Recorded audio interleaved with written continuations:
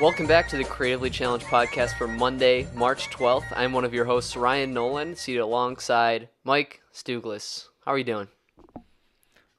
Hello. How are you, Ryan? I'm good. We got one extra person in the studio today. Dan Stewart over there. Would you like to introduce him? Yeah, we got my older brother Sean here, who's our second guest. Our third. Third? Yeah, Brookshire. Oh, yeah. And Oh, yeah, Nick. Brookshire. That's right. Brookshire and Nick. So third guest. Yeah. Yeah. So third guest host. Sean, if you want to introduce yourself. It's good to be here. Brought to the $34 card table. Very high production studio, right, Sean? Yes, here.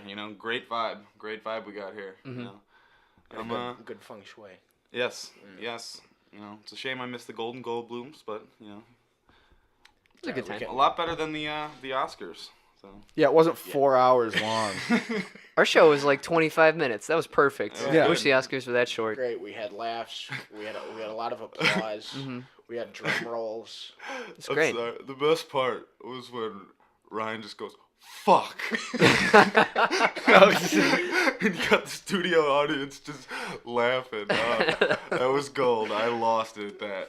I'm glad you like that. Yeah. It was a little extra work to put the little audience cues in, but it was a good time. Yeah, that's good. Yeah. The only older brother host we're missing is John Nolan, brother of Ryan Nolan. He lives like 20 minutes or Yeah. less than 10 Less minutes. than Less 10 than 10 minutes minutes. away. He literally could be on every episode if we Yeah. wanted him to. So let's get John Nolan in here. I haven't asked him yet. I'll have to do that next time. We should just invest in a fourth mic too, so we don't have to do this. Probably. That's all right. Just working on the posture a little bit here, but Yeah. I mean, we've had a guest now 4 times. I mean, the mic would not have paid for itself yet. no. It's true. No, You gotta, but, once you get Goldblum in but then here, there's though, also that then you need situation. that fourth mic. Oh yeah, when we do get When- Goldblum, we right. don't want to come across There was as also that unprofessional. situation where I left my mic back at home in between Thanksgiving and Christmas last semester, and if we had the fourth mic, then I would have been able to use that as well. So five times. We'd be at 5. Yeah. We can just put No, 'cause 2 we on did you. 2 shows that in between then. 6. Yeah, 6. 6. Would you like to have like the president podium mics where you got 2 of them facing you, Dan? Yeah. Just do that every episode. Yeah. All right. Well, for the uninitiated, each week here on Creatively Challenged, we talk entertainment news, do a recurring segment, review a movie, except not this week, and discuss a random topic that we bring to this $34 card table. We were going to see A Wrinkle in Time this week, and then after being tired and seeing many critics giving bad reviews for A Grill it. Wrinkle in Time, it has been destroyed, and we're not too interested in it, although I might make a trip to the theaters this weekend because I just want to see what they're talking about. Apparently, Reese Witherspoon turns into a giant lettuce, and there's a 50-foot Oprah. So that's what you're looking for. If that's what you're looking for this weekend, go out to the theaters, but we're not too interested. Or go see No. Hurricane Heist. Yeah, which apparently is actually awesome No. for bad movies. Oh, for a bad like, movie. It is I a don't- yeah. great bad movie. I'd imagine. Looked like Yeah. terrible. And then, you know, That's Mark Wahlberg, right? No. No. No. it's There were some knockoff Mark Wahlbergs in the trailer. Yeah. I don't know. It just seems like a wild idea with a bunch of crazy CGI, just some, Yeah. Yeah. like Twister, like a modern age Twister. It But opened. Twister was actually good. Helen Hunt. It's okay. It's Bill Paxton. Yeah. It opens up with in the trailer. It's like from the director of The Fast and the Furious. And I we was could just tell like, by the font. Yeah. It's the exact same font. same crew's returning. yeah. Well, you guys ready to get into the news? Yeah. What's our first story here? Earlier this week, Disney, the studio that brought you Beauty and the Beast, everybody knows Disney, but that's what it said in the trailer, is bringing you a teaser for Christopher Robin, the new live-action Disney film that's turning Christopher Robin, the boy who owns toys of a bear and a pig and a tiger and a donkey and a kangaroo and her little kangaroo. What are kangaroo babies called? Dingoes. Joey's. Puppies? Joey. Bingos? I said dingoes. Oh, Joey's. Joey and Owl and Rabbit and then And they Eeyore and Pooh. and then they added that Heffalump in. So what's the fucking movie?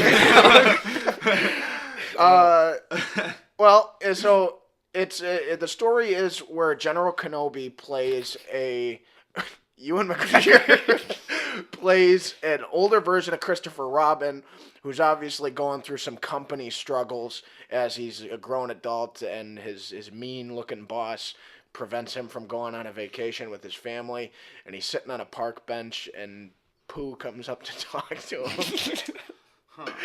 So it looks awesome. I'm a big Winnie the Pooh guy. Really? I can't keep it together. You're 6 years old. It's Pooh, isn't it? Yeah. Pooh's funny. Every time. Like, even if I put Winnie the before I say Pooh, Mike still cracks a smile. Yeah, but it looks awesome. I'm excited for it. This was just a little teaser, but this comes out later this year, and with Mary Poppins and Christopher Robin now, like, you know, Disney's just padding up every year with potential awesome films, so I'm excited for it. The live action movement they're doing is awesome. I'm a big fan. Yeah, all of them have been pretty good except for Cinderella, which still was okay, but they really strayed away from you know, original. But like Disney. Jungle Book, Beauty and the Beast, great movies. Oh yeah. Yeah. This comes out this August, and it really seems from the trailer that it really should have been one of those heartwarming Christmas Day movies. Mm-hmm. We get one of those like every year, except when it's Star Wars. And it seems very much like it's going to make people cry. It's going to make people feel happy and want to hug somebody. It looks cute. I'm in for it. Sean, what do you think of it? I mean, it looks all right. I mean, but it makes you kind of think. You look at Christopher Robin himself. Isn't he a bit of a sociopath? He sees a talking bear. Well, it's magic. You know, is it magic? At least a little narcissistic. I guess I'm not as familiar with the Winnie the Pooh franchise overall as I should be. You know, I was more of a Mickey Mouse guy as a Sean's onto as a something. child. But it's Toy Story, but without Tim Hanks. You know, you get some crazy director getting in there and just go deep inside the mind of Christopher Robin. I mean, he can talk to animals. Yeah. And he named it Pooh. This guy's messed up. He's a narcissist for sure. You're onto something though, Sean, because I looked up I just searched Christopher Robin release date, and in the "Did you mean" section, it actually says, "Is Christopher Robin schizophrenia?" Yeah, right. Okay. That's the actual sentence. Mark Foster is directing it, and he was a producer on World War Z. He directed Finding Neverland. Doesn't really seem like he's done like he's done a lot. World War Z. Oh, he directed Quantum of Solace. Okay, that's a good movie. Yeah. But The yeah, James Bond movie? Yeah, That's renowned as like the worst one and the new I liked ones. it. Really? Yeah. People Is it- hate of that the got new ones. panned? People Is that do Daniel not like Craig it. or no? Yeah. Yeah. Of the Daniel Craig ones, people consider that like the lowest. Not bad. I'm just saying of the. That was good though. I've been meaning to watch Spectre on Hulu because I mean Hulu's as we talked about. You know, you get in the debate now because Hulu is much better than Netflix because Netflix. I mean, outside of off Sonny. you know, yeah, they're really trying. I'll get behind limit that their with content. comedy. But Spectre is on there, and I've been meaning to watch that one. Instead, I watched Zoolander 2. That movie stinks. Did you it see stink? Skyfall? No. Skyfall kicked ass. Yeah. Yeah. Javier Bardem's the I villain. saw Skyfall. That's the one where he lands on the train and he adjusts his collar or his collar. Yeah. That's a good one. Yeah. Spectre. That's one with Christoph Waltz. Yeah, don't people not like that one? It goes in terms of the Daniel Craig ones. It goes. What was the first one? The Casino Royale, Skyfall, Spectre, Quantum of Solace. That's like the order people think of the Daniel Craig ones in. So. Never been a big James Bond guy anyway. Yeah, I remember you said that. There's a lot of them. You know, so when you have so many, you're gonna have a lot of good ones and a lot of bad ones. I like Roger Moore, but he's now Roger Deadmore after this past year. If you saw the In Memoriam at the Oscars last Yeah, week. I saw it. What's your next story? Here? All right. Mike, you got it? I don't have my computer in front of me. You've got mine now. Okay. Jon Favreau, director of Chef and The Jungle Book and Iron Man, Big Favreau podcast, where he is to executive produce and write a live-action Star Wars show.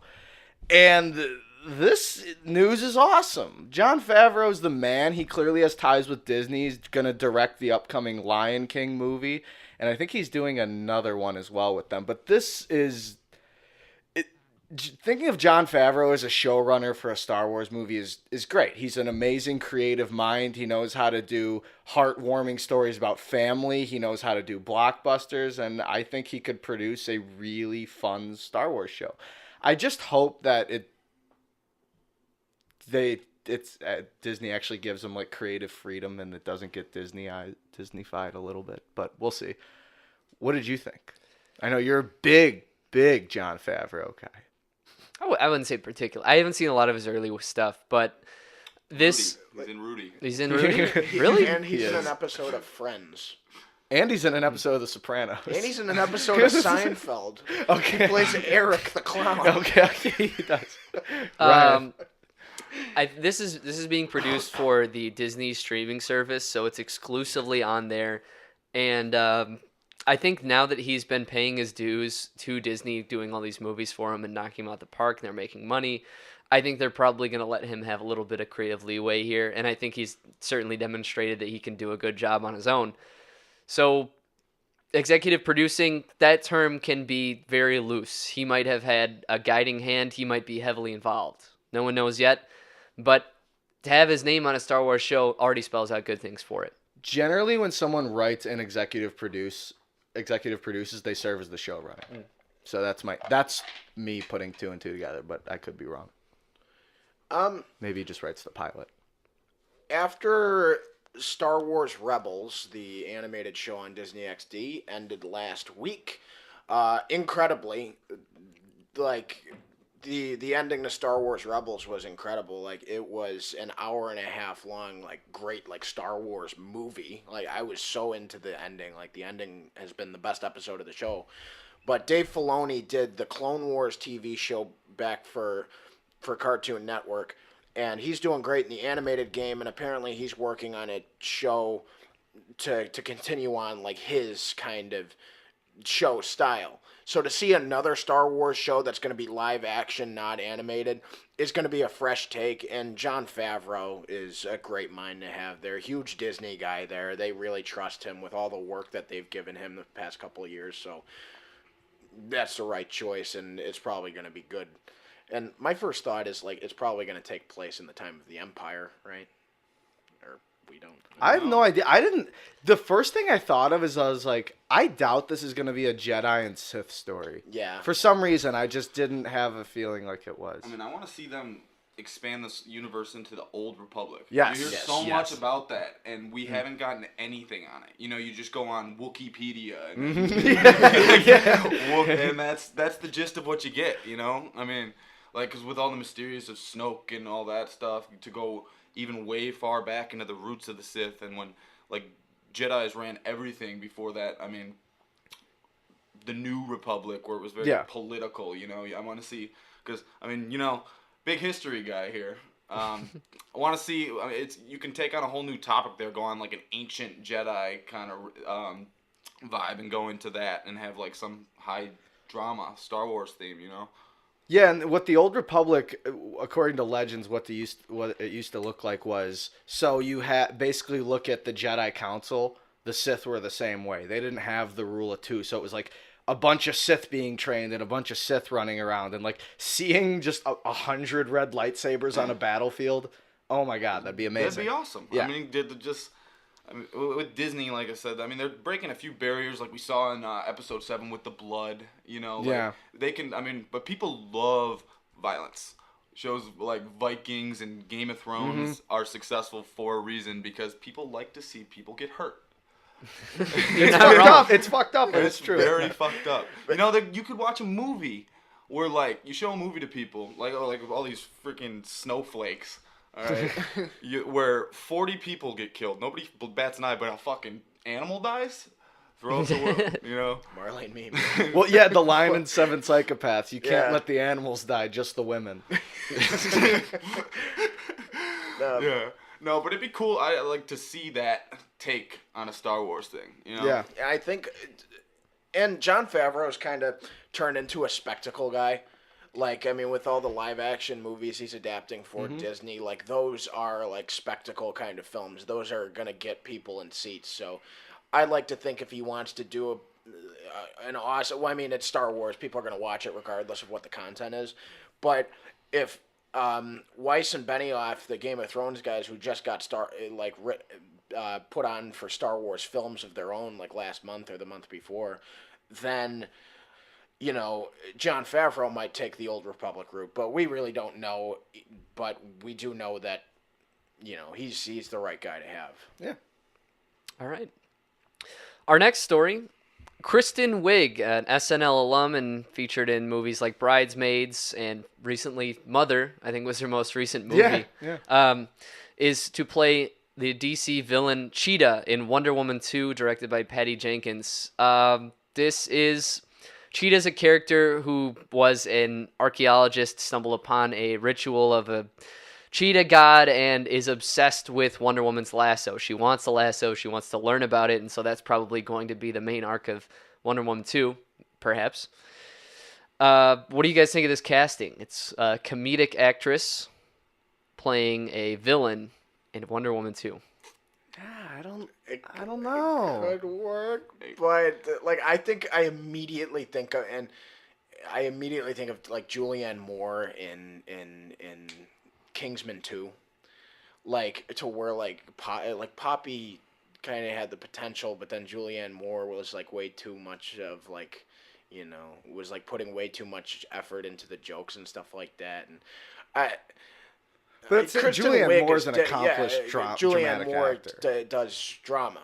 Kristen Wiig we haven't seen in a dramatic role. She did Downsizing, and that's the only movie I can think of where she wasn't. Was that any good? Did you guys see that? I didn't. No. Mike and I were just It talking was an about interesting it. topic. You know, like an idea, and it's got Matt Damon, but Christoph Waltz. yeah. But yeah, I mean, I don't know. I don't want to discount her at all, like this early on. I mean, I trust in Patty Jenkins, trust in Gal Gadot, but you know, Maybe too. She has like a fucking awesome like henchman or second in command too, and like you don't have to see a lot of like physical badassery from Kristen Wiig. That's possible too. I mean, I don't want to shit on it immediately. It's just really interesting casting. I mean, yeah, she's gonna have to kill it, you know, because people are gonna hold her to that expectation as being a comedian. I mean, all I can think of in this is just MacGruber. You know, like that's. I mean, just the satire there, you know, making fun of that. I mean, she's hysterical. She's a very talented comedian, but I mean, we got to see what she can do here. But like you said, Wonder Woman was very good. Saw it twice in theaters, and Patty Jenkins killed it and really kind of put the DC universe on a map. So if she can take her talent and kind of fuse that into something likable, I mean, because the whole premise, she's trying to take Wonder Woman's lasso, which is interesting, you know. And sequels to begin with are always kind of tough to come by. Like I mean, you have that main driving plot in the first one, unless you're setting up somewhere where they've already kind of You want to avoid repetitiveness. Right, and haven't they already kind of scrapped the DC cinematic universe? They're kind of winding it down. They said they're going, like, each movie is going to be like a standalone movie, except for the Justice League ones, basically. Right, so that kind of gives them, puts more pressure on it to kind of stand alone on its own, you know, versus we're like, in the Marvel universe, you have those movies that are kind of flops, but it's like, oh, okay, it's kind of important to, you know, to the overall story. Yeah. So, hopefully she can, you know, be a pretty nice cheetah. Yeah, we'll see. It ain't easy being cheesy. Yeah. If she's just Chester Cheetah in the movie, that would make a lot more sense. That's a big Product Man Cheetah. Frank Reynolds could be the fucking side villain. Has he got spots? Oh, he's got spots! Is that all we have on that? Yeah. All right, Dan, you got our next story here. Another movie trailer dropped earlier this week. First week of March is a great time to release a Christmas movie trailer, I guess. But we've got Illumination's brand new animated Grinch film starring Benedict Cumberbatch as the Grinch, and the title of the film isn't How the Grinch Stole Christmas, how Jim Carrey and Ron Howard's version was, nor how Dr. Seuss's original story is. It's just called The Grinch, and the trailer showed the Grinch refusing to get up at his alarm clock, having Max the dog make him coffee and biscuits in the morning, and then he goes into the supermarket and eats other people's groceries. And I mean, it looks funny, it looks cute because it's Illumination and they do fine, but like they're just clearly it's still gonna be a Christmas movie. It's the Grinch, but like, how far are they gonna deviate away from the original story? Like, he's still got to steal Christmas or something. I don't know. I don't know what they're gonna do, but I mean, I'm gonna see it, you know. But I just kind of don't know what they're gonna do. They have to do the Grinch Stole Christmas, but I don't know. Yeah, other than Benedict Cumberbatch voicing the Grinch, I like already hate this.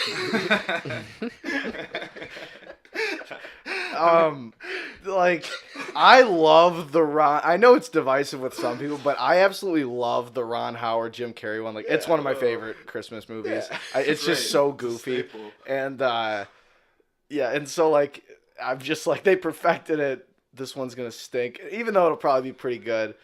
I already hate it. I'm already sitting at like a 1.5 out of 5 Goldblums. I'm just fucking kidding. I'm joking. No, I don't know. I'm just not excited for it because I like the original, but we'll see. It was fine. It's got potential. Right. I mean, it's like being a dick to people it's pretty funny, and the Grinch is the ultimate dick. He's like just the fact that he went to the supermarket, grabbed a pickle, took a bite, and put it back in there. Just doing. You don't know what he's got. What is that? Yeah. No, I think that was interesting. He's green. Yeah. He's freaking green. But I didn't know he wore pants. Yeah. That's something new to me. Grinch pants confirmed 2018. Grinch pants. It's gonna be the new fighter in Smash. I want to see the Grinch and Scrooge have a conversation. That'd be funny. There's a new movie right there. That'd be better. Go into Illumination. They're just taking all the ideas. You know. Ryan, what do you think of this green person movie? I mean, right away in less than 30 seconds, you could tell that Illumination's been doing the same thing since they made Despicable Me 1. You sweep up the stairs of the Grinch's stairs to see the same uninspired textures and high lighting that they've done in every single Illumination movie. They have never changed their animation style since Despicable Me. If you look in movies like even Captain Underpants, which was not as successful, maybe less budget than this, had an animation style that was unique and it had heart to it and it was different. And this studio has been copy-pasting their animation style. As we wind up the stairs, we hear their song Happy that they used in another previous film. That song fucking sucks. They like to play a pop song over their movies, and it just seemed uninspired. And don't get me wrong, I think it was really funny that in the grocery store that was some good writing with what he was doing in there. But they even played up Benedict Cumberbatch's voice like an octave. His voice is not low like it normally is, and it doesn't exactly fit the Grinch. And it just, again, seems uninspired to me, but we don't know what the plot is or anything like that. I'm tired of Illumination doing the same shit. And I don't really think they're in for anything besides money at this point because they're not trying to innovate. You know what? I will say, like, you know, the way Captain Underpants was animated was so good. Mm-hmm. Like it. But if they like animated this film to where it looked like it was like from the book, kind of like what Captain Underpants really cool. did to get that texturing look like they were in the comic book, that'd be really cool. The Grinch Illumination. What the? Yeah, but I mean, well, like it's tough though to Captain Underpants. It looked just like the book, but remember we do have the original. What was it? 1950s. Something. Dr. Seuss, the animated, the original, just the story straight off the book. So it would be, I mean, I feel like it would be even less original to just do that same story over again. It's an interesting idea, but like the Grinch is pretty much tapped. Jim Carrey killed it, bury it there, right. Leave that one, and I agree. 1.5 gold. I support that. I support that one. Anything else? That's all I have on that. That wraps up our news here today. Dan, would you like to intro our next part here? Yeah, so these recurring topics just seem to keep. What's the word I'm looking for? Boomeranging back. Once again, here, we seem to be recurring the topic of underrated, overrated. Each of us has come up with a few just things to talk about whether or not they are underrated or overrated. So let us begin the discussion. I started with the animated television show on Disney, or was on Disney, Mickey Mouse Clubhouse. Underrated, overrated, Mickey Mouse Clubhouse. It's fucking overrated. Both of them. They're both stupid. What is both? What are you talking about? Is the old Mickey Mouse Clubhouse, and isn't there a new one? It was the Mickey Mouse It was the Club. Mickey Mouse Club. And you had Britney Spears and Justin Timberlake, and it had the Okay. different Oh, that's theme very songs. different. Both Yeah. killer theme songs, though. So, very, I mean, well, I agree. I think it's, I would say a little, the theme songs are underrated, because they're catchy as hell, and, That's I Disney mean, for you. it's just MICKEYMOUSE. It just kind of rolls off the tongue, Yeah. but the show itself is just crap. In reality, the show's bad, but it is educational. Yeah. But I don't like the show. Mystery Mouse Cthulhu. I think it's underrated because I love the show, and now that Wayne Allwyn is dead, the voice of Mickey since like the '60s was Wayne Allwyn, and he died in like 2011.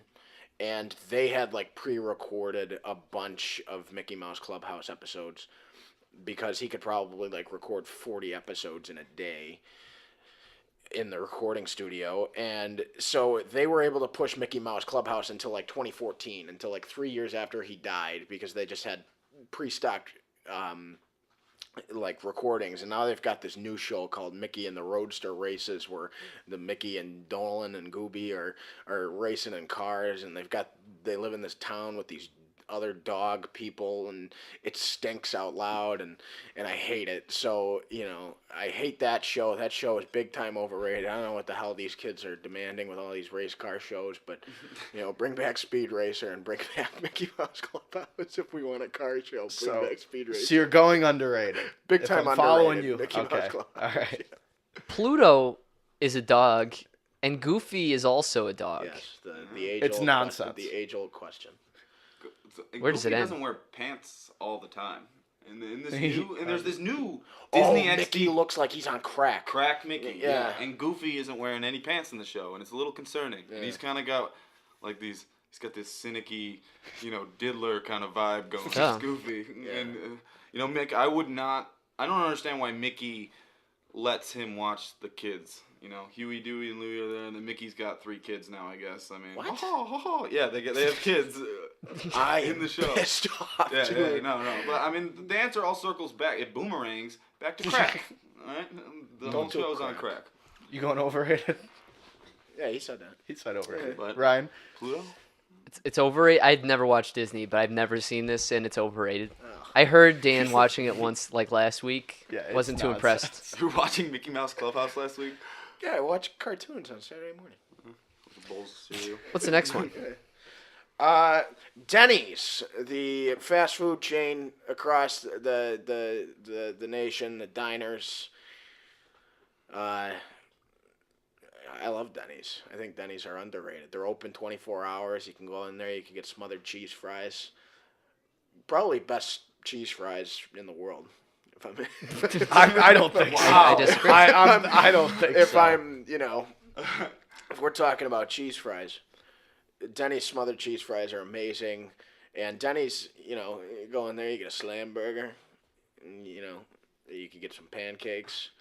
Denny's is great. You can get anything at Denny's. 24 hours, underrated. In the hours of 8 a.m. to 10 p.m., Denny's fucking sucks. But in that time when it's open in the night, it is very underrated because nowhere else is open. Yeah. And you can go in when you're completely fucked up and get the menu for like $20. Oh, yeah. So For that part, I'm going like, I'm going Yeah, it's better than underrated. Waffle House and IHOP. I don't know. I'm a big Waffle House guy. IHOP. I really like Waffle House. I'm an IHOP person. But IHOP's not open 24 hours. It's fine. No. Did you go for free pancake day? No, Did you stack? I don't go to the ones out here, but I'm ride or die IHOP. But I will say on Denny's, every time I've ever went into a Denny's in any part of the nation, it feels as if when they wipe down the tables, they don't use the regular sanitary fluid. They instead use the maple syrup that they use for their pancakes and just pour that down and just wipe it into the table. Because every single time I'm in Denny's, everything is sticky. Yeah. With the floor, the utensils, and very much the table has been covered in maple syrup. And for that reason, I think Denny's is overrated, except on the clause of Mike's statement. I think that it's underrated there. In terms of a restaurant, it's fucking terrible. Yeah, it's so bad. So Well, you're not going there for a fucking steak. No, you know? They have steak on the steaks menu. too. Oh, why would you get that? but they, You can get steak and eggs for $3.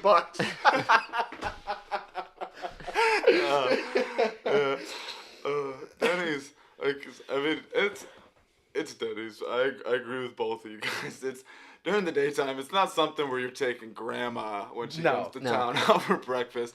But when you're shit faced, Yeah. you know, on a night and it's something open, it's always reliable. You know, I mean, and you don't want diarrhea from dealing with White Castle, yeah, but, Taco Bell. or Taco Bell. You know, Denny's. It's like I could go, maybe I'll get a milkshake. You know, I do like Denny's how like they give you the milkshake, but then they have the little fancy glass with the whipped cream and everything there, but then they give you the shaker cup, the little tin thing on the side with the spoon. That goes a long way. Yeah, right. So you get a little bonus shake there. So, but one time I went to Denny's and I saw a Tyrannosaurus Rex in there, dining by himself. Yes. Someone in a T-Rex suit? Yes. Really? I Yeah. saw So he three saw of those. he saw the ancient dinosaur. The Tyrannosaurus No, I Rex. saw 3 T-Rexes in the library the other day. I'm like, you're an ass. It was like 9 a.m. You're parading around like an asshole in a T-Rex costume trying to get cheap laughs. Like, fuck yourself. There's this. That's amazing. He was dining by himself. By himself. And when he puts it into his mouth, it looks like the T-Rex is eating.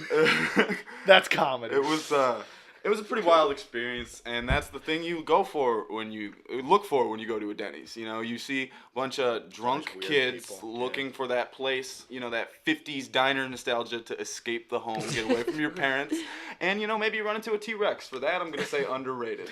Fair enough. There's this, speaking of T-Rex outfits, there's this German television show that we watched in my German class where No they kidding. take someone off the street and, yeah, they take someone off the street and the person gets to pick an activity and they pick a expert in that field. So like this one guy picked the long jump and they got the best long jumper in Germany to compete against this guy.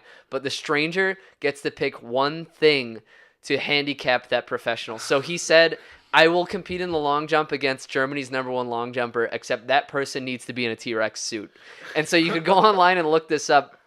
This German athlete did the long jump, like a track event, in the T-Rex suit, and it's insane. It looks so good. That sounds electric. Yeah. Those Germans got a good television show there. Oh, yeah. What's the next one? Estelle Costanza. George Costanza's mother in Seinfeld, played by Estelle Harris. And, you know, obviously when you think of the Costanza family, you think of George, you think of Frank with Jerry Stiller's great performance. But I think Estelle Costanza is underrated. She's very funny when she's in the show. Just like her always just like talking down to George and then arguing with Frank Costanza is some of the best moments in Seinfeld, and I think she's underrated. She's underrated. She sounds like Minnie Mouse in a way. I don't know if you guys get that vibe. She's but the voice of Mrs. Potato Head in Yes. in Toy Story, okay. opposite of Carl Reiner. She's as, great. as Mr. Potato Head. She's great. Yeah, underrated. I like her. She doesn't get enough appreciation in the Seinfeld group. Mike? You're one of the boss. You got one. She's underrated. She's awesome. Yeah. For the reasons you said. You're not Chinese. Yeah. So this changes everything. Sean, what do you think? I mean, you just gotta love the Costanza parents. I mean, you can George Costanza is one of the best characters in TV history, but you can understand why he's the way he is, and because his parents are just such good characters, well written. They're like that perfect unhappy but couple that stuck together, and just that banter. She's got the whiny voice, and what's the dad's name? Frank. Yeah. And Frank. Those fights are gold. So I'm just gonna say underrated. Yeah. Like in the episode with the man in the cape, and he's in monks and he's trying to catch flies. Fucking bats. He's like, we don't get mosquitoes down in Queens. Yeah.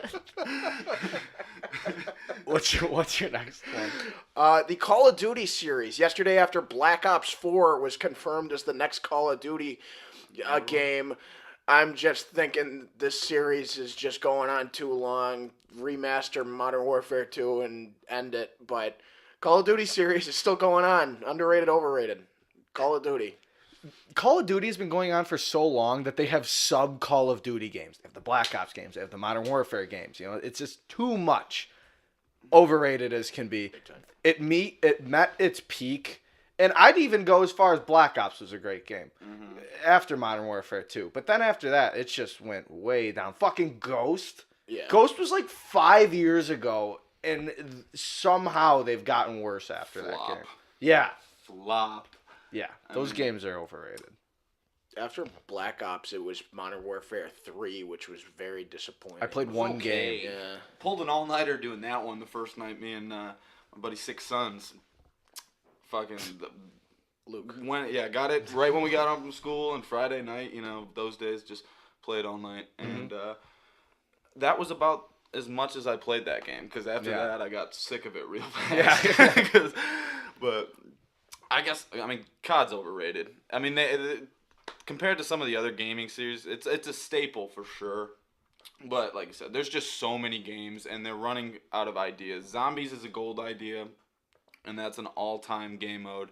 But I mean, outside of that, the Even multiplayer. those have peaked though. Yeah, no, I agree, and that's where it's overrated. They got to figure something out. World War II, I got it for Christmas, and That was actually played it pretty that, good. and instead have fallen victim to the Fortnite craze, and have just been ripping that. So I don't know. I'm gonna say overrated for sure. Big fat overrated. It was at one point setting the industry standards for like multiplayer games. It was one of the first, aside from Medal of Honor, that had these multiplayer games where you, like, parents will know, like, they'll see their kids on the game chat. That was one of the pioneers in it, and it's since not really changed much, and it's just getting tired. And you see now games like you just mentioned, Fortnite, where they release it for free and they're doing something kind of new, and people are way more into that. They've got almost 28 million players now. Where's Call of Duty going to change? Probably not. But it's still getting some money, so they're going to keep beating that horse. Yeah. That's all I got on that. What I think is crazy is the running animation of the soldiers has been the same since Call of Duty 2, and that was a PS2 game. Yeah. It's like, That little subtle side to side, and it's just. I mean, but you can still do the as it was called, the retard run, where you held the pistol. Hey, it's what it's called. Hey, it's man. what it's called. Yeah. It's a different time. that's not what it's called. Where you're holding the pistol and you looked up and your guy looked up. I always called it the Kraut Run. Is There it you go. German? That's a much better Yeah. name. Because their legs are like sprawling out. What's the next one? Those Stewarts. It's escalated very fast. Is this your last one? Yeah, my last one. Cardigans. The overthrow sweater, but with buttons.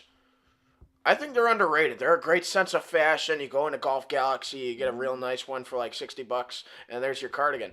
Mike and Ryan, you guys have been wearing cardigans a lot lately, and I'll tell you what, I got to get one because the cardigan craze, it's on. We got to bring the cardigans back. They're underrated.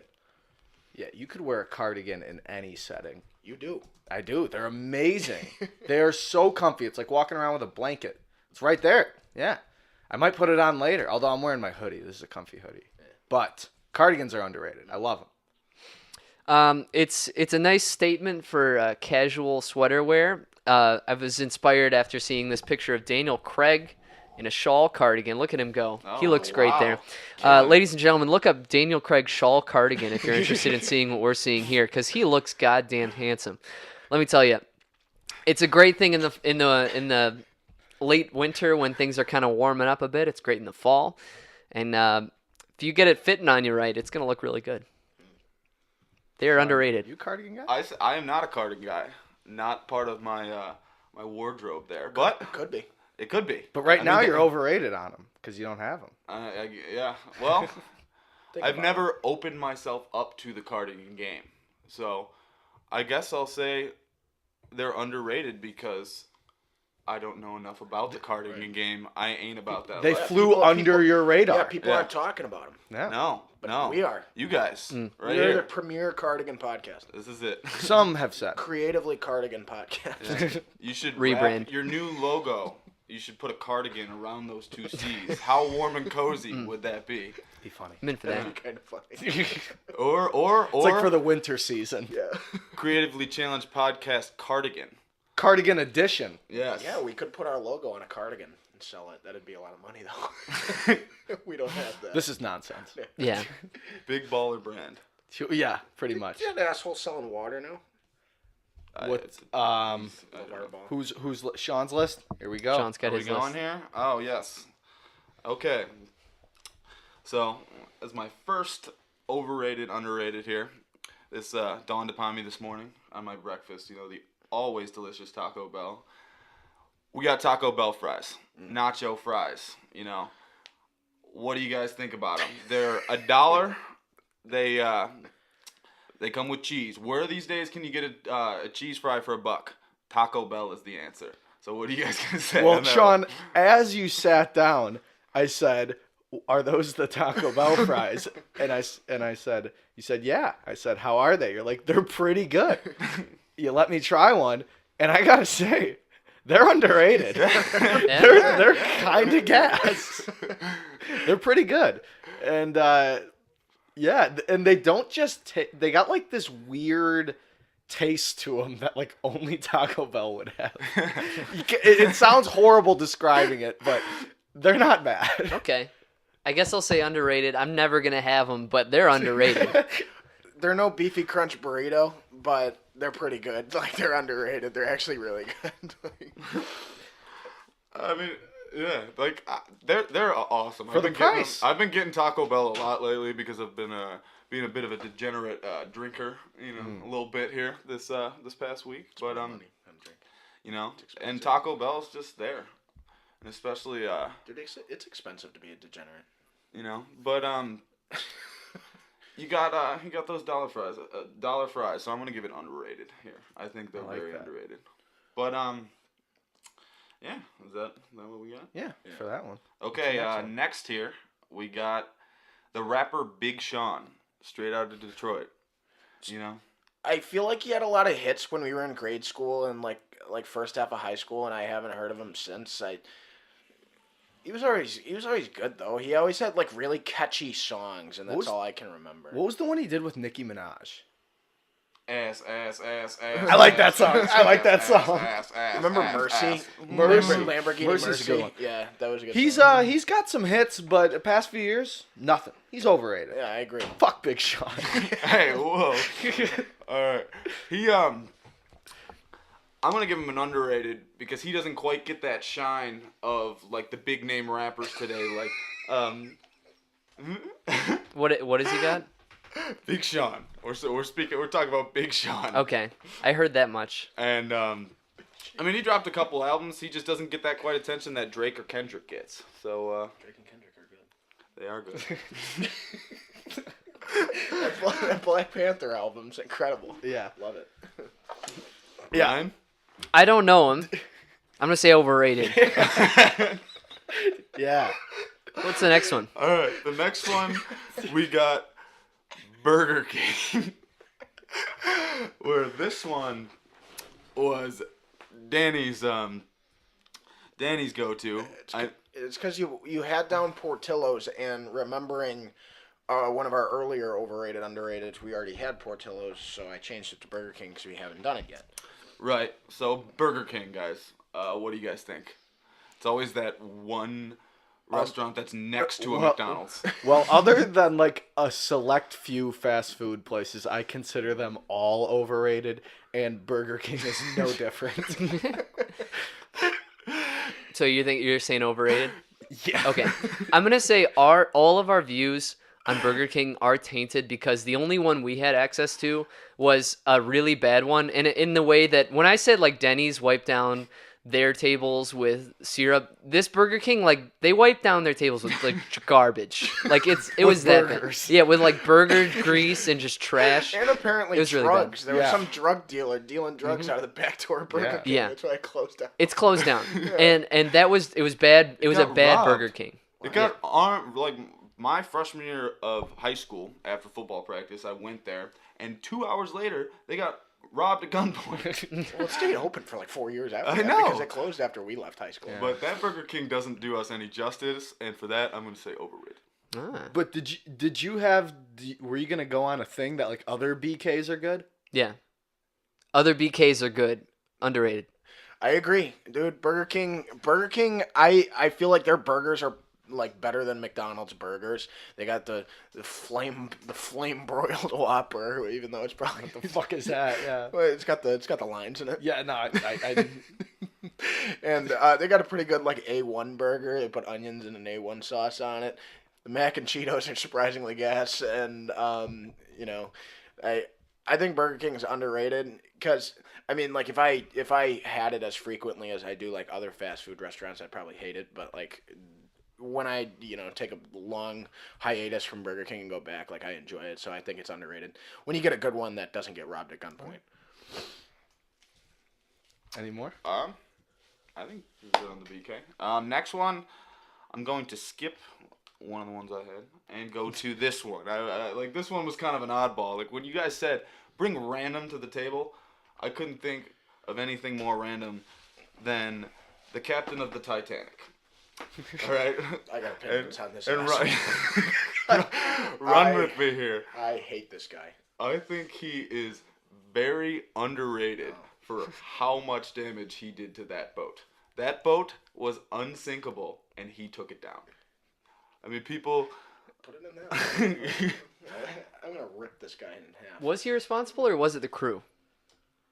It was the iceberg's fault, actually. Well, I mean, The but iceberg spotting it. had It was the the big- crew or him entirely. See, I watched this... I hope someone on the boat would notice a giant. No, somebody fucking said glacier in iceberg, the but ocean. somebody, like, they started to turn.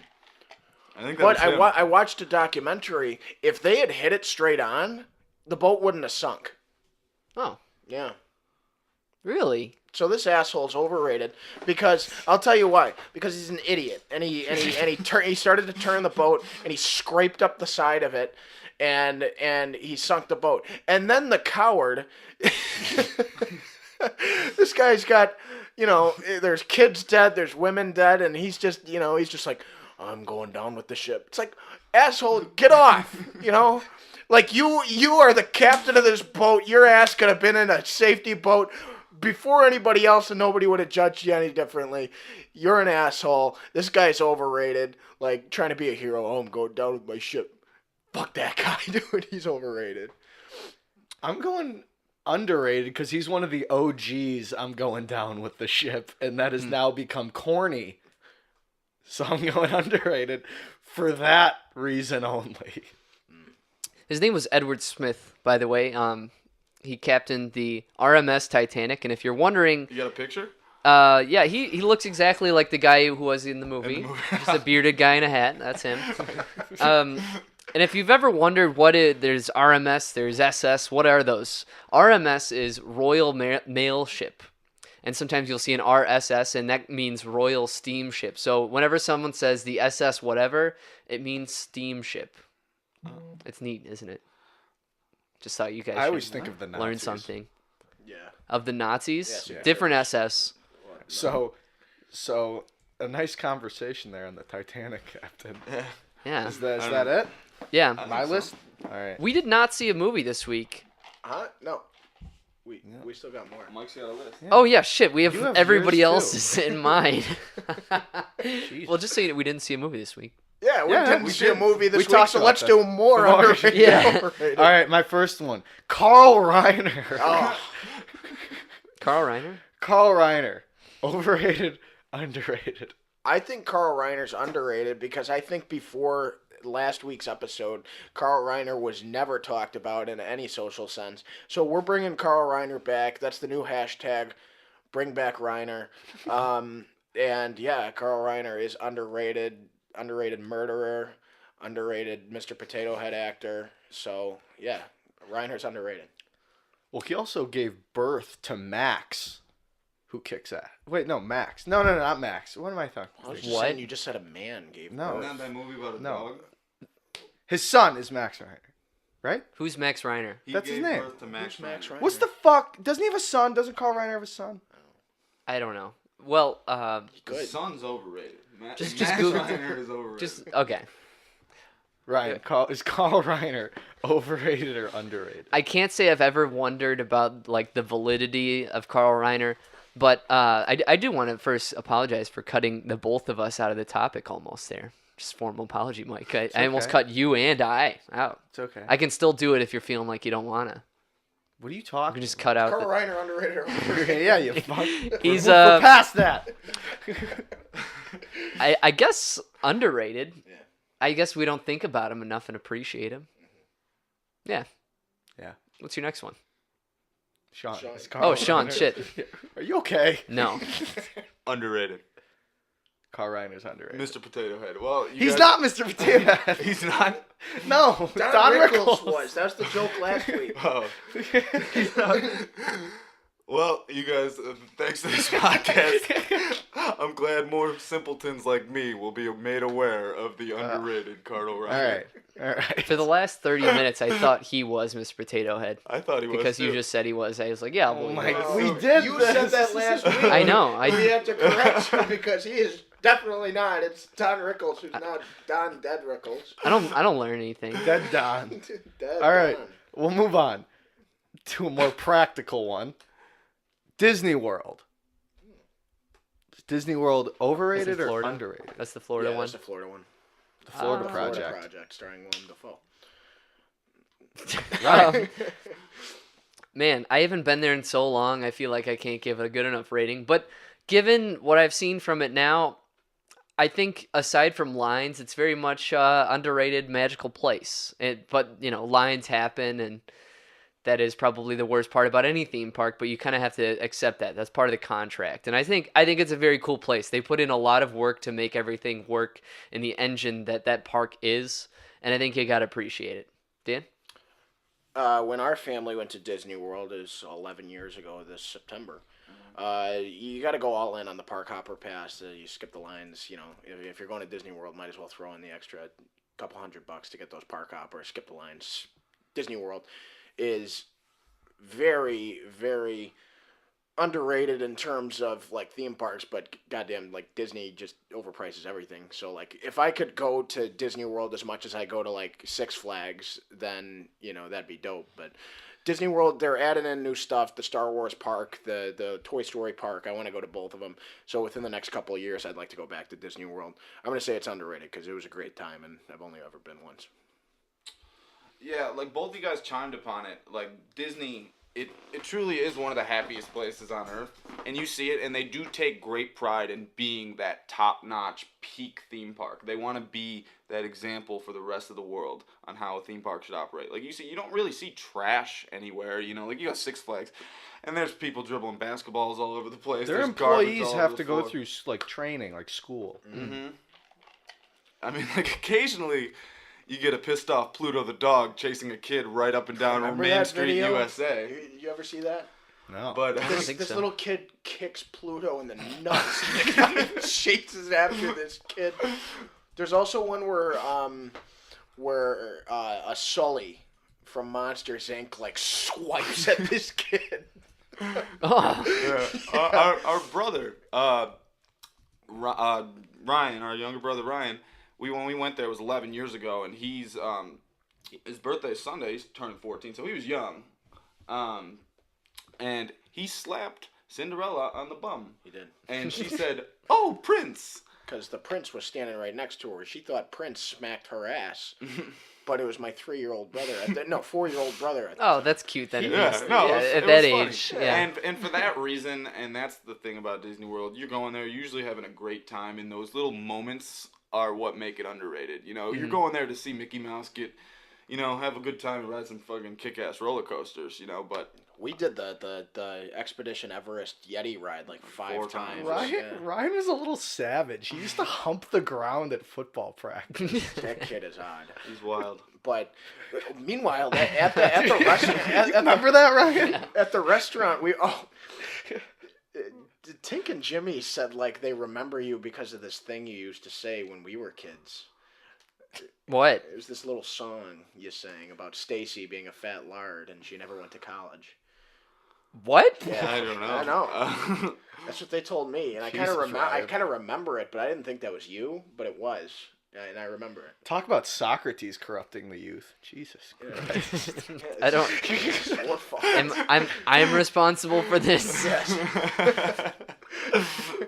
But when we were at that restaurant with Cinderella and Prince, like a tropical storm was happening outside, and they were keeping us in the restaurant because we couldn't get on those tram rails to get between parks because it was crazy outside.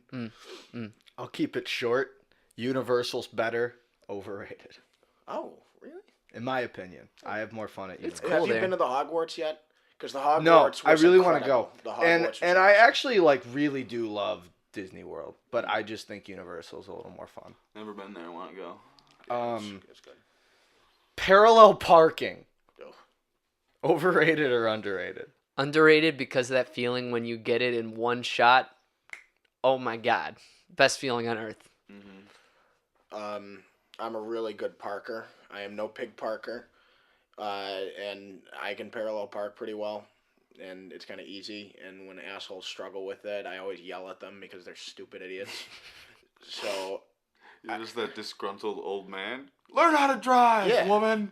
yeah, because they're dumb. It's stupid. Like so. Well, not women. No, just anybody that can't parallel. mostly So women. I think parallel parking's difficulty is overrated because like it's not that hard, and I hate people, so parallel parking's underrated, but its difficulty is overrated. Sean? I think it's overrated because I live in the suburbs and I don't have to do it. Yeah, it's nice, but sure you got to do it if you live in the city. But I mean, I think you're a crazy person if you drive in the city to begin with. Yeah. Take the like train. just walk, take the train, take a Uber, something. Like it's one of those things where yes, it's a cool skill, and you get when you do it, it's like yeah, I'm good. I aced that part of my driver's test, and it's like, but again, it's just one of those forgotten skills that now cars are doing it for people. I mean, if you're bougie enough to have the money to buy one of those auto parking cars. Elon Musk, we can't get by a week without talking about what Elon Musk is doing. Yeah. But I'm gonna say overrated. I'm with you for all the reasons you just said. Yeah. I'm going overrated a lot this week. One of those kind of The weeks. Kill Bill movies, written and Oh. directed by Quentin Tarantino. Okay. I'm going to get this ball rolling. And I just recently rewatched Kill Bill Volume 2. And I used to say the Kill Bill movies were like my least favorite of the Tarantino movies. I don't think they get enough credit for how much of a chance he took with those movies and how like different how much he strayed off for like what he usually does. He usually writes heavy dialogue and has surprise violence. In this movie, he just threw it all at the wall and made a passion project and didn't give a shit what people think. So I'm going underrated, not because I think they're his best movies, but because of the chance he took with them. I think they're really cool, and I actually don't think they're appreciated enough. I agree. Like he wanted to make that all one movie and have it be like 4.5 hours long, and they sell like DVD versions where it is just all one movie, and that's just awesome because those movies like exemplify Tarantino. They're just they're violent, dialogue's great, characters are great, and Uma.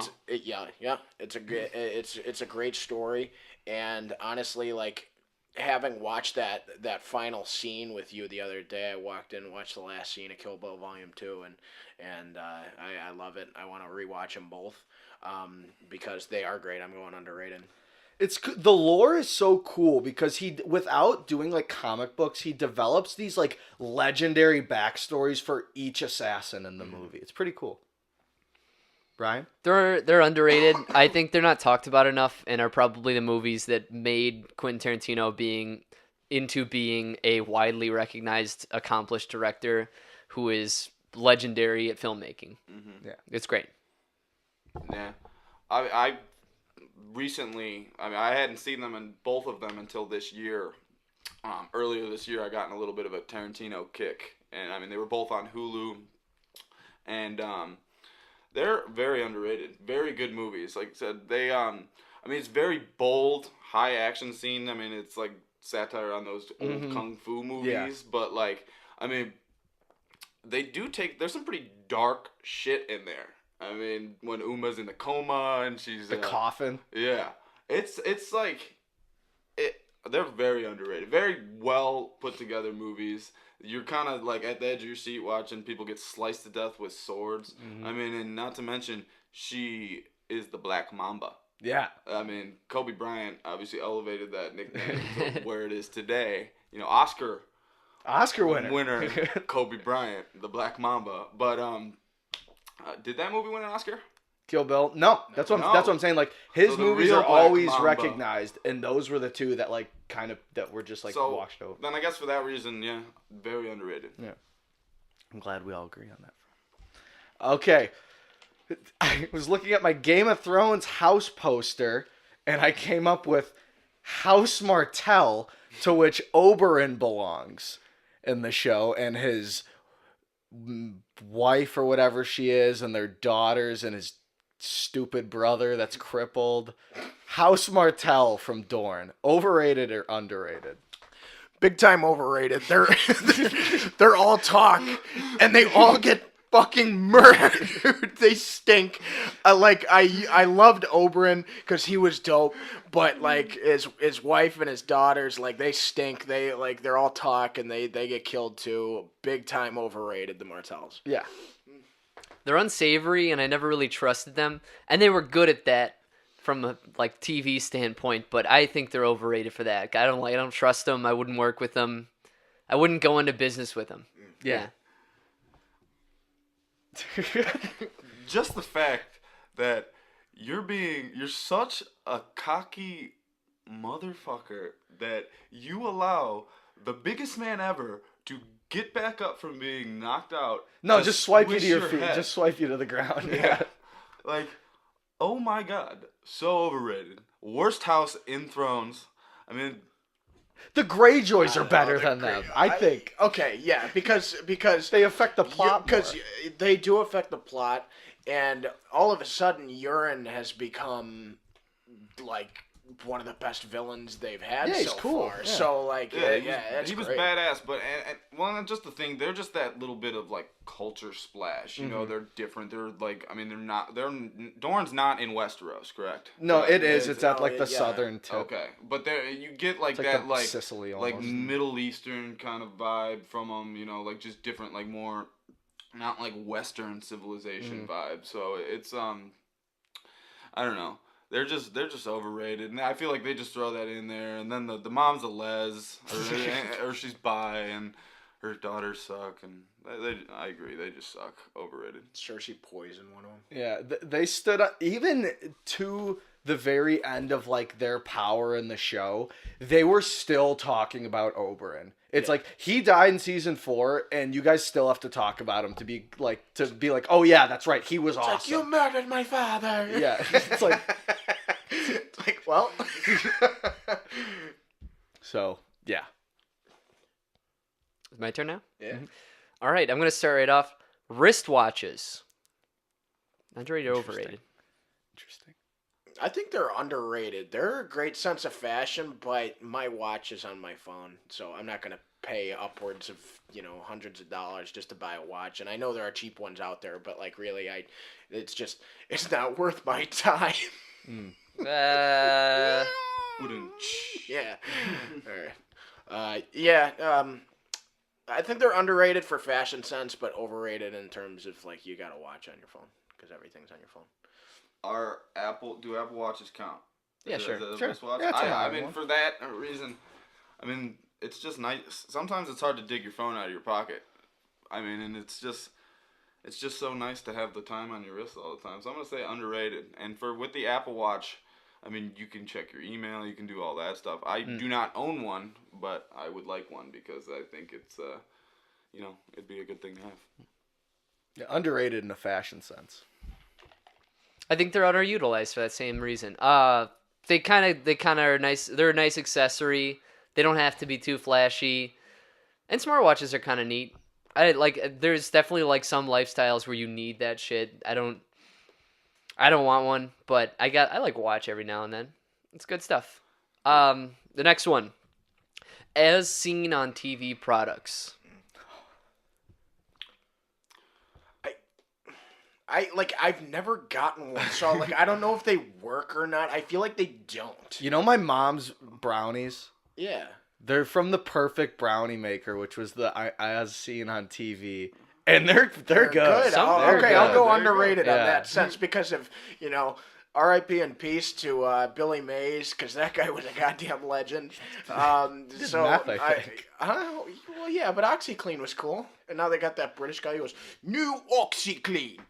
and it's just like, relax, guy. Yeah, but, and then who's that other guy who rips the bottom of the boat out and then puts that... The Flex Seal guy. Yeah. Is it Flex Seal? Yeah. Okay. Like that stuff looks like it works. So, underrated on the TV products. The guy, and now they have Flex tape, and he's like, "Oh, is your 6-gallon bucket lean? Slap some tape on that, you asshole!" It's like, the product works for everything.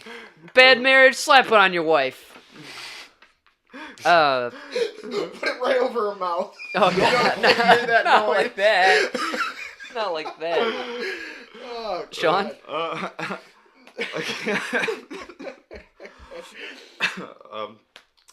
I said, for that same reason, like I don't think I've ever had a as seen on TV thing.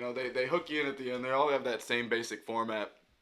Or at the end, you gotta call in and get them as seen on TV. 6 easy payments of $25.99. That's a great deal. No, you're paying like $300.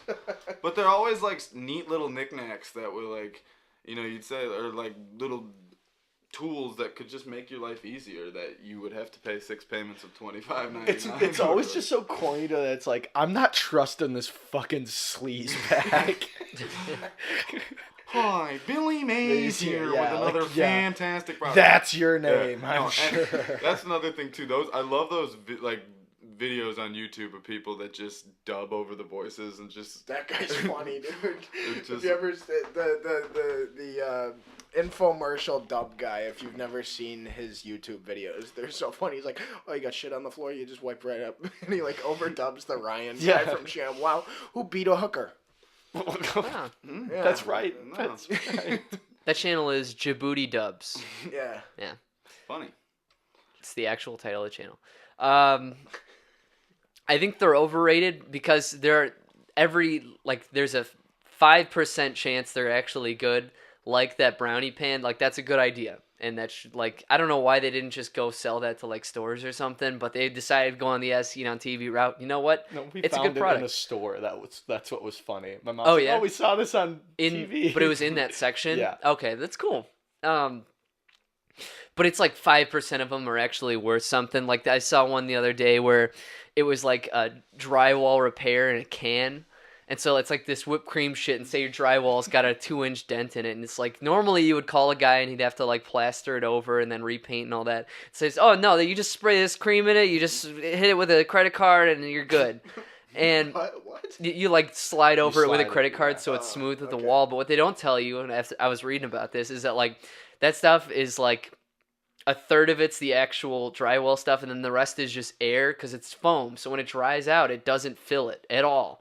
And so you're much better off usually with like these fix-it products to just use the guys who know what to do. None of these products are going to fix come to you. your house that knows how to fix that instead of this little quick fix it. If your shelves are coming out of the drywall, don't use silly putty to hold them in. Don't trust just putty. Go get a guy, hook it into the wall. Hooker. Got beat Yeah. hooker. Ryan the ShamWow guy beat a hooker. That's true. We don't condone that. My next one, water parks. Oh, they're disgusting. Overrated, dude. I don't know why those things ever exist. They're probably like 95% piss instead of water. And you always have these gross like lemonade vendors. I don't know. Like, those places are disgusting. I've never stepped foot in one because they're just disgusting. Overrated water parks. I liked them as a kid, but like a lot of roller coasters, you outgrow them. So at this stage of my life, they're overrated. But I liked them as a kid, and they were fun. I'm never gonna take my kid to like that cesspool of gross germs. Could get AIDS water. Yeah. I got the AIDS. I got the AIDS, not the gay AIDS. It's definitely, if we're talking about cleanliness, it's definitely like you're like taking the highway to get plantar warts. Yeah. You're gonna get plantar warts easy if you go to the water park for summer. I'm on the overrated train on these. I don't like them too much, but like they're kind of fun. But Sean, what do you think? I have to agree with all you guys. Water parks are gross. And I can't remember the last time I've been to one. They're just like, I don't know, go to a lake, jump in a pool. I don't need to be in public with a bunch of other people. Lakes are very underused for that purpose. Yeah.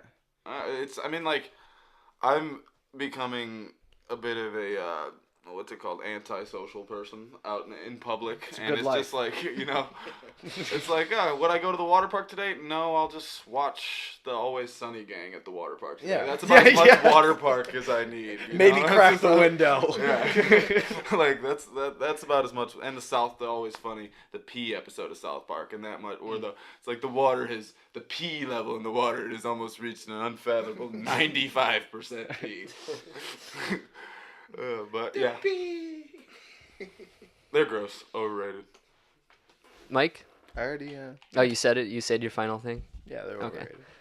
Disney's Frozen. Oh, Dan hates this movie.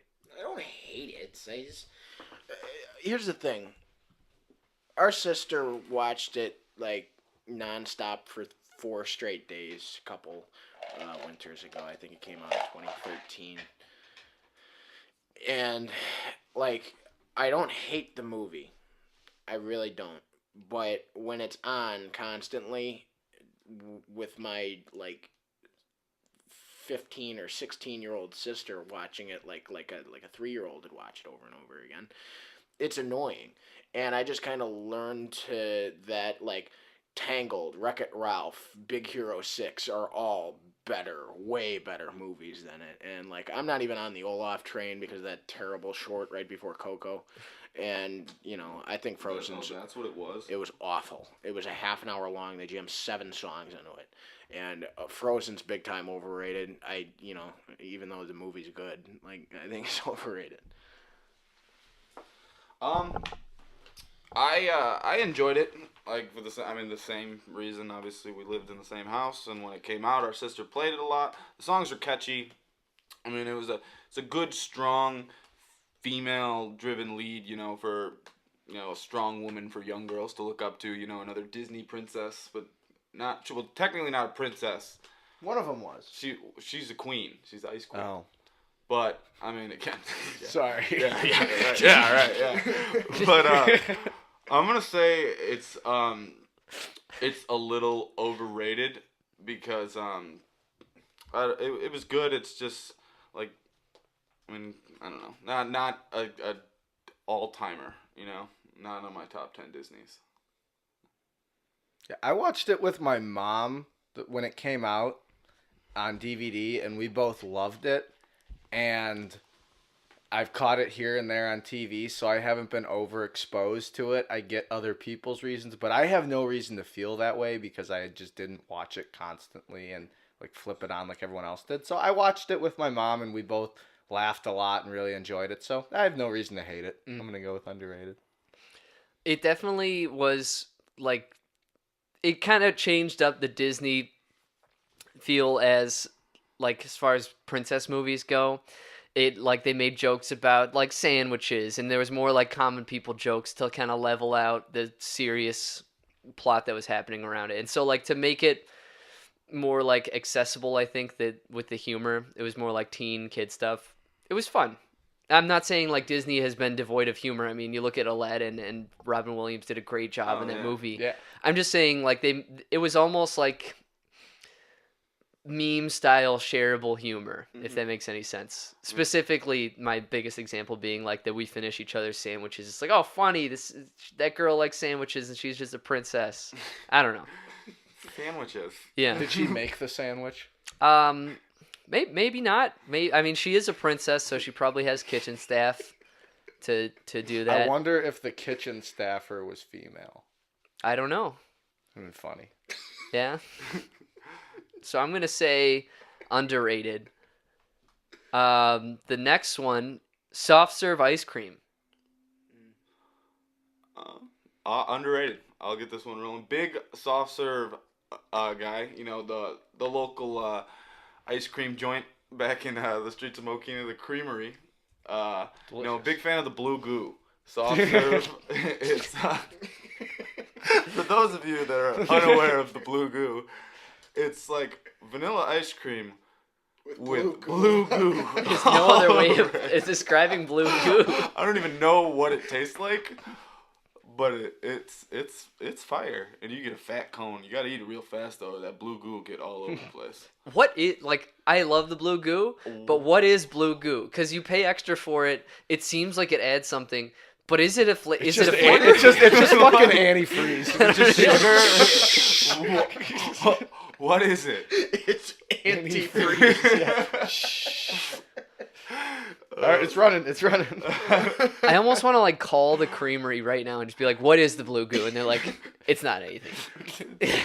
Don't worry about it. They're like, it's just the leftover sewage ice cream that spills onto Ew. the ground. It's the stuff they put in like the porta potties to make it blue. The blue cookies. I think soft serve's underrated. I'm just gonna say that. Yeah, Dan? I'm with you. Because of the lack of flavors on soft serve ice cream, I'm going to say overrated because you can only do vanilla, chocolate, or swirled. I'm a huge, peanut butter, fudge tracks, moose tracks guy. All that sweet shit. Like that You're mint all over chocolate it. chip. Love it. so Do you have any more words, Mike? I'm you don't with get that in the soft serve, so I'm going overrated on soft serve, even though soft serve is delicious. Soft serve's good. I like it. So Like if they were to make like a mint chocolate chip soft serve, or like like a Reese's soft serve, then I'm big time in on that. They have some at the Plaza, right? Isn't that soft, Soft serve? serve? Yeah. Yeah. It's good. Yeah. Yeah. I'm a big fan. It comes out like a poop swirl. Yeah, and you can put your cookie on it. You could like hold a cookie under the thing at Plaza and then do that. Oh, the That's right. Plaza You make it 900. sandwich. Yeah, but after a dead rat, fell from the ceiling at Plaza, I had not stepped foot in there. Whoa. At second half of our freshman year, a rat fell from the ceiling, and I am still boycotting that place. I think I was on my Plaza boycott well before that. What? I know why you were. Was he trying to become a chef? I think so, actually. You had meetings with John Favreau. Well, Oh, cook the ratatouille! That movie's underrated. I love that. Ratatouille's great. Ratatouille's Yeah, it's a amazing. good movie. all right, and that rounds out mine. Dan, do you want to exit us out of this? Yeah, so there's another underrated, overrated segment. Let us know of any of the 1,000 topics we just talked about. If 20. Yeah, if you guys think are underrated, overrated, or if you have any more ideas for underrated, overrated, please let us know in our comments on all of our social media sites. But since we don't have a movie to review this week, Ryan, you want to intro the discussion topic? Yeah, close out the show. I'm going to intro it. We have a main topic. Sean is going to actually intro this intro because this is your topic. We're doing the kind of first world problems topic you had there. Right. Yeah. So, this idea was just kind of out of the blue. I mean, we're all big Curb Your Enthusiasm guys here. I would assume. Yeah. And a great show. If you're not, you should be, because Larry David is a comical genius. But the topic kind of derived from that, and it's just minuscule things that ruin your day. You know, first world problems that you bitch about that just can just be like, I mean, maybe you have those days where you're having a chain of them, and it's just like an ultimate facepalm moment, you know? And one of those things for me is when I'm pouring ice into my water, and it falls on the ground. Oh.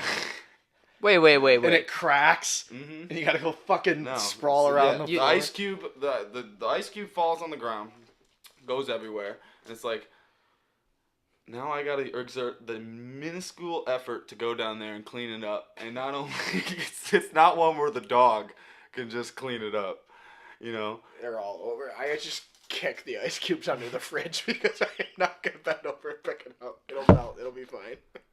Long ago, I had suffered like you, and then I realized you can put the ice first, The ice and I have no longer suffered. That is how I managed that one.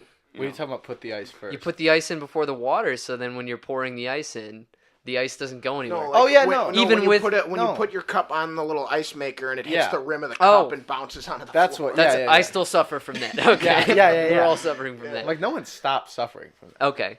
I thought you meant. I see. That's because It's just like one of those. yeah, and you have to decide what is big enough to actually pick up in the first place. Because some of them you just leave it. Yeah. Right? Oh yeah. It's the old sock sweat. Mm-hmm. Dan? I hate so much the double hello. I hate seeing somebody somewhere and then seeing them later again in the same day or in the same place. I hate it. I hate just saying hello again or making eye contact with somebody because it's like I already talked to you earlier in the day. I don't want to talk to you again. Like, and this isn't like to my best friends or anything like that. I'll always, stop and talk to my best friends wherever it's at. But like if it's like an acquaintance or a classmate or something like that or a teacher and you have to do the double hello, or you're at the store and you see like your neighbor, or you see like, like a friend of your parents, like, and then you say hello in one aisle and you stop there and talk and you have to talk, and then you walk down another aisle and you run into them and then you do the head nod, and then it's the worst. I hate it. I avoid places where I know people are gonna be just so I don't have to do the double hello. I'll walk a completely different route just to avoid people so I don't have to do a double hello. I hate it. It's really just something that gets at me if I have to do the double hello. Right. You go. I do want to comment on dance first. Yeah. I have that problem with people at the swipe desk for like anything. I encounter it at the gym. Yeah. Everyone at the gym, you'll give them your card or your key card or whatever you're using to scan in, and everyone without fail always says like, "Hi, how are you doing today?" And they're like, "Oh, good. How are you?" And you say good or good, and then you reciprocate it. Anyway, Conversation stuff. I don't ask them how they are anymore because I know 20 people or more have asked them that already today, and I'm sure they're sick of it. And you say good to everybody. You never say, "Oh, I'm doing horrible." No. That's one of the finest lessons I ever learned in school by a man named Brian Newcomb, who said there are so many more words you can use than good, and I really do my best to try and not say good, but it slips out because you don't give a shit what that person. No. Like that person doesn't give a shit how you are, so just I'm good. It's all right. You don't want to burden them with like something random. It's like, oh, I'm all right, and then they have to ask why, like, oh, I just all right, or they don't care. Just the gym is a perfect place for that. Just those you see one guy that you kind of know, he's working out near you, and it's just like, oh, hey, how you doing? And then like after every set, it seems like they want to talk to you. It's like, dude, Or the headphones people. in. Yeah.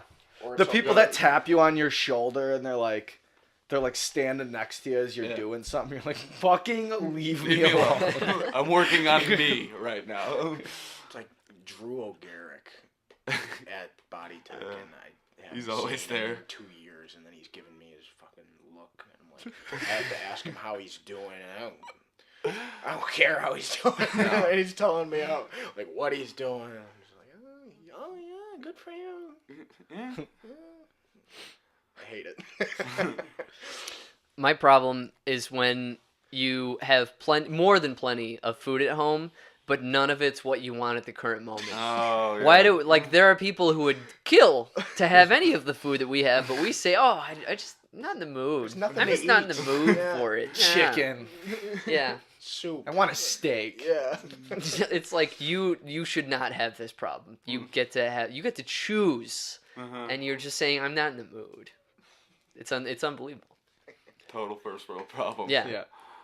Mike? So, my big one, and I encounter this every day, is the merging staircase going down and up, and the fucking schmucks who get out of class or get down from there, and there's just a fucking huddle. Yeah. Because everyone's who's going first, and then you got the people on their cell phones, and it's just a big fucking holdup in the middle of the staircase. I had to shoulder somebody the other day. Yeah.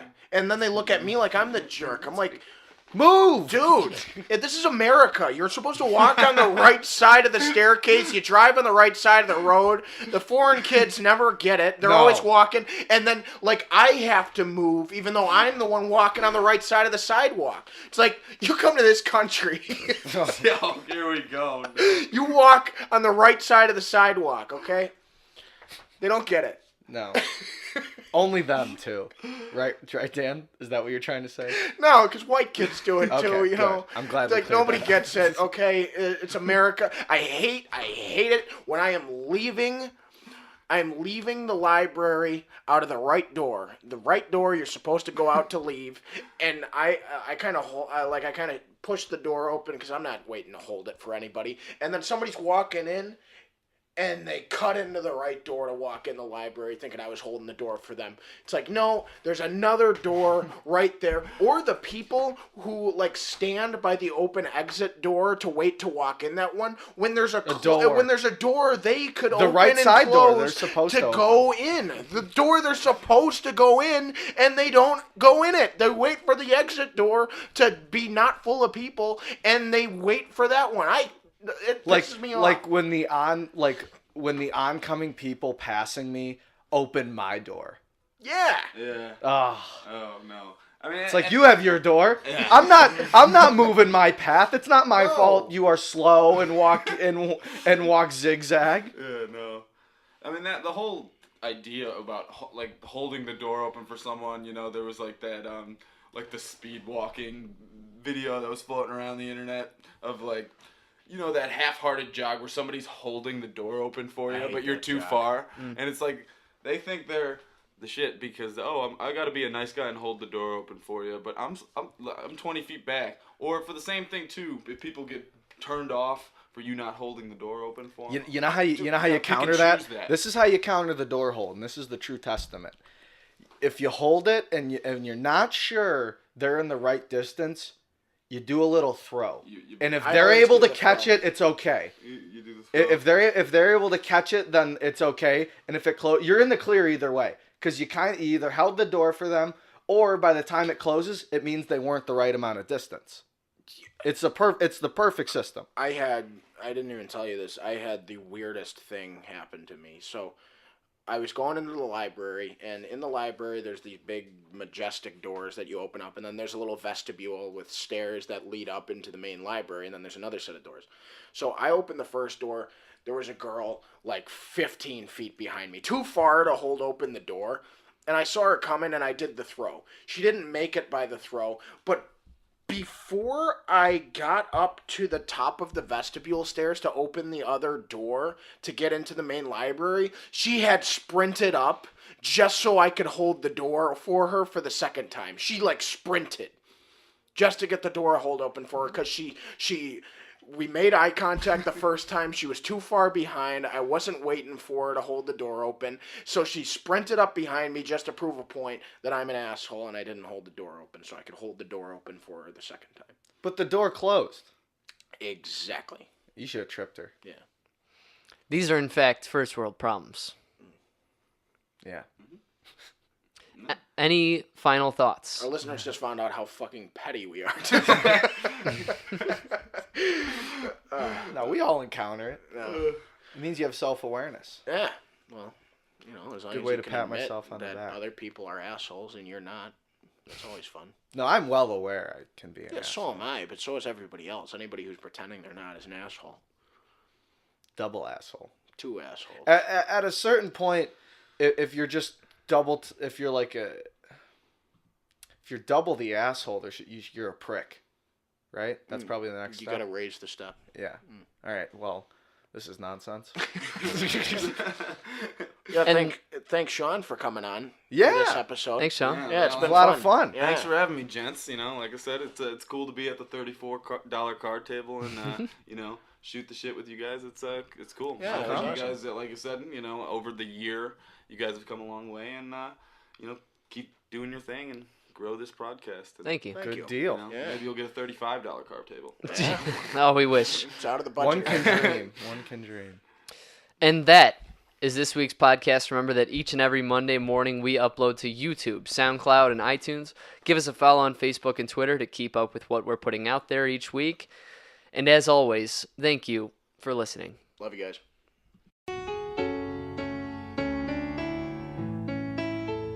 What if God was one of us? Just a slob like one of us.